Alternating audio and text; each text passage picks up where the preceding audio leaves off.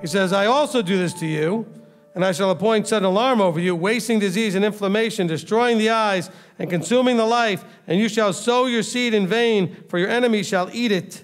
I shall set my face against you, and you shall be smitten before your enemies, and those who hate you shall rule over you, and you shall flee when no one pursues you. I mean, he was saying that only a few of you will chase away 10,000. He says, but when you mess this up, you'll flee. There won't even be anybody chasing you. There won't even be the reverse numbers. You're going to flee, there won't even be anybody there. See, Yahweh sounds real angry here. Well, you have to understand how important honor and shame is to him. You're going to be proclaiming to be his. And now you're going to do something that demonstrates something he didn't want people to see. In other words, that's not me. If you claim to be of mine, if any of you are like, and let's say I'm Yahweh at that moment, and you're claiming to be of me, and you're going to wear that on your shirt, so to speak, and walk around and say, I'm of Yahweh. You wear your seat, you're declaring, I'm of Yahweh. And then you do something clearly not of Yahweh. You're bringing him shame.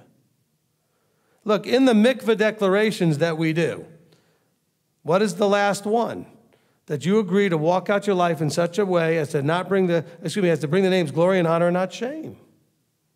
That's the 8th declaration.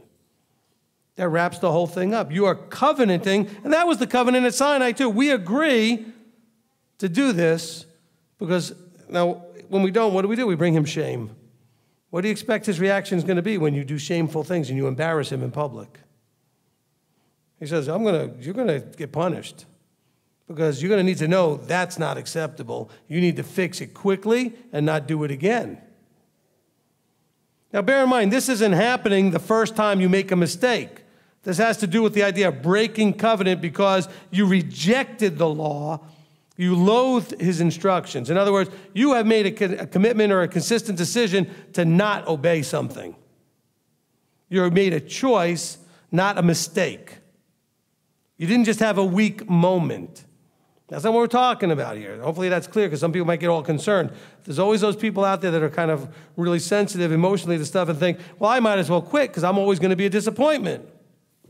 I'm always going to embarrass him, bring him shame. It's not shameful to be human and make a mistake or make a bad decision. What's shameful is to not fix it. Let's be clear on that. I'll say it again. It's not shameful to make a mistake or do something, even because you really wanted to, in your weakness.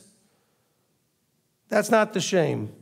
The shame is what you do next if you don't fix it. If you don't repent, if you don't try to make restitution in some way, if there is something to do that can make restitution, that's where the shame comes. The commitment to a path of doing it wrong, to doing it your way, to not doing what he said. And so don't be afraid of the sin that you have in your life that you do because you're still weak.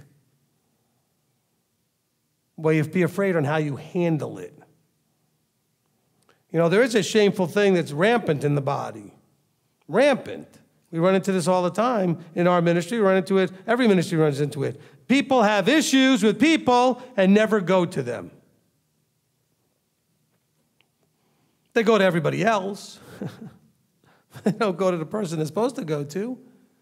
And by the way, it's not just with ministries. You do this to each other. One of you will have a problem with the other one of you and just talk to your friends about it, but never go. And somebody should always ask the question, have you talked to that person yet? Well, no. That's shameful. It's actually shameful that you shared it with anybody else but that person until you went to them first. Now, if you don't know what to do, going to leadership is okay. And the leadership should ask you first, have you gone to them? Well, no. Well, why not? Well, I don't know what to say. I don't know how to handle it. So, okay, fine. Maybe we can give you some guidance. Then you need to go to them. Okay? Because it's about this whole relationship thing. So I don't want you to think, because I know there's some people out there because they've been abused and they've been beaten down and they feel like they're never going to make it. I want to encourage you.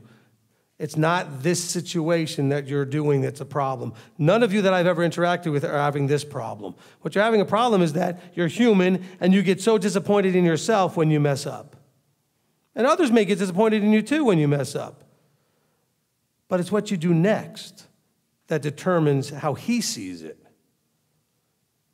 Okay? It's not that you did something or didn't, whichever way. It could have been an error of omission or commission.